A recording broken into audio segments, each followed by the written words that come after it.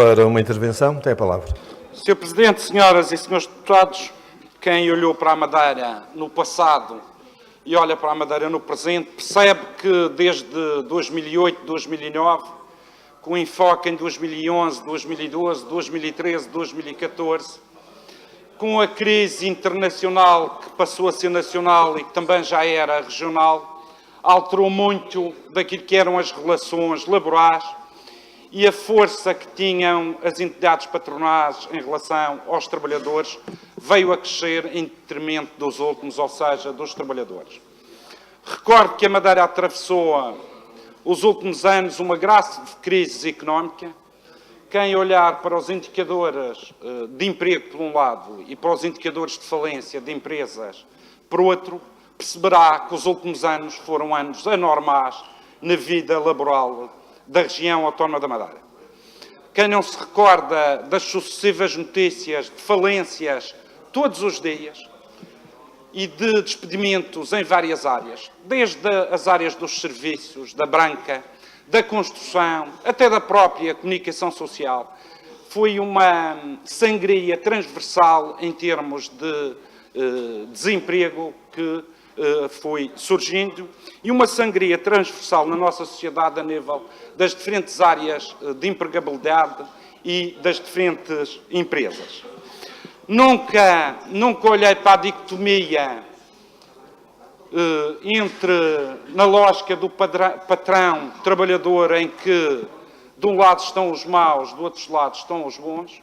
Essa não é a dicotomia que deve assentar a análise destas questões, porque de um lado há excelentes profissionais e do outro lado também há excelentes profissionais. Poderá haver de um lado também menos excelentes profissionais e do outro também. E, portanto, a lógica não pode ser uma lógica dicotómica entre os maus e os bons. E a conjuntura dos últimos anos, naturalmente, que atribuiu às entidades patronais um poder acrescido face àquilo que eram os direitos e as condições laborais dos trabalhadores. Infelizmente, os últimos anos foram péssimos para os trabalhadores. E mesmo os eufemismos que vamos utilizando, o patrão já não é patrão, é empresário, o trabalhador já não é trabalhador, é colaborador ou funcionário, o que é certo é que os trabalhadores, os funcionários ou colaboradores, nos últimos anos, perderam e muito naquilo que eram os seus direitos como prestadores de serviço, o direito a terem um posto de trabalho em condições e que não dependessem tanto de excessos da parte de quem é patrão. Só que nós vivemos num Estado de Direito e o que define as regras laborais é a lei, é a Constituição e é a legislação laboral. E a Constituição e a legislação laboral garantem aos trabalhadores uma série de direitos e também aos empresários uma série de direitos e responsabilidades. Quando se olha para a Constituição que garante e para as leis que garantem e depois olha-se para a realidade que não garante, alguma questão está a falhar. E nesta matéria, quem tem um papel de resolver estes problemas é os governos, são as entidades públicas que têm que estabelecer o equilíbrio entre o mundo laboral e o mundo patronal, assim poderíamos chamar. E é aí que as coisas falham claramente na nossa região. E nós temos a Inspeção Regional do Trabalho. E eu noto, quando falo com os trabalhadores, que têm medo de apresentarem reclamações e queixas à Inspeção Regional do Trabalho na Madeira. E eu pergunto porquê é que os trabalhadores têm receio de apresentar as suas queixas e reclamações a esta inspeção. Nós sabemos porquê. Nós sabemos que muitas vezes a entidade patronal fica a saber quem é que apresentou essas queixas e reclamações. Não sabemos como, mas o que é certo é que quem apresenta queixas e reclamações assim o sente a seguir na pele. E isso é do dia-a-dia da nossa região, infelizmente.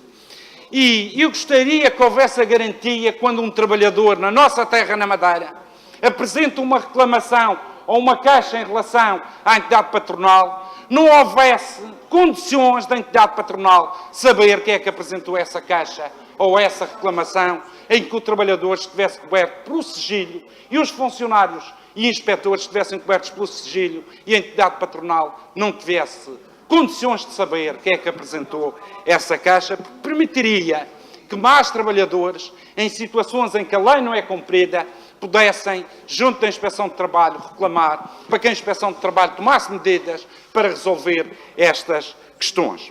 Gostaria também que a Inspeção de Trabalho tivesse uma cultura proativa, que não esperasse pelas queixas para fazer essas inspeções.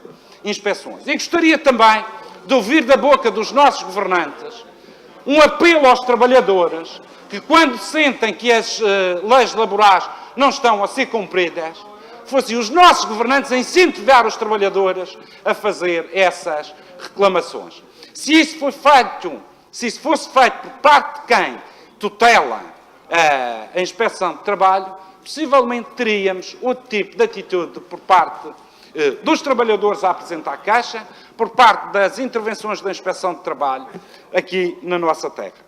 Mas olho para a região com preocupação em relação a esta matéria, porque quando olho para o rendimento médio dos trabalhadores por conta de outrem em todo o país, as regiões que estão na cauda do país é exatamente a Madeira e o Algarve. Estas duas regiões têm características similares. Todas elas são ligadas a um setor muito forte, que é o setor turístico. E o setor turístico aqui contribui para baixar o nível salarial dos nossos trabalhadores. Em média, quer a nível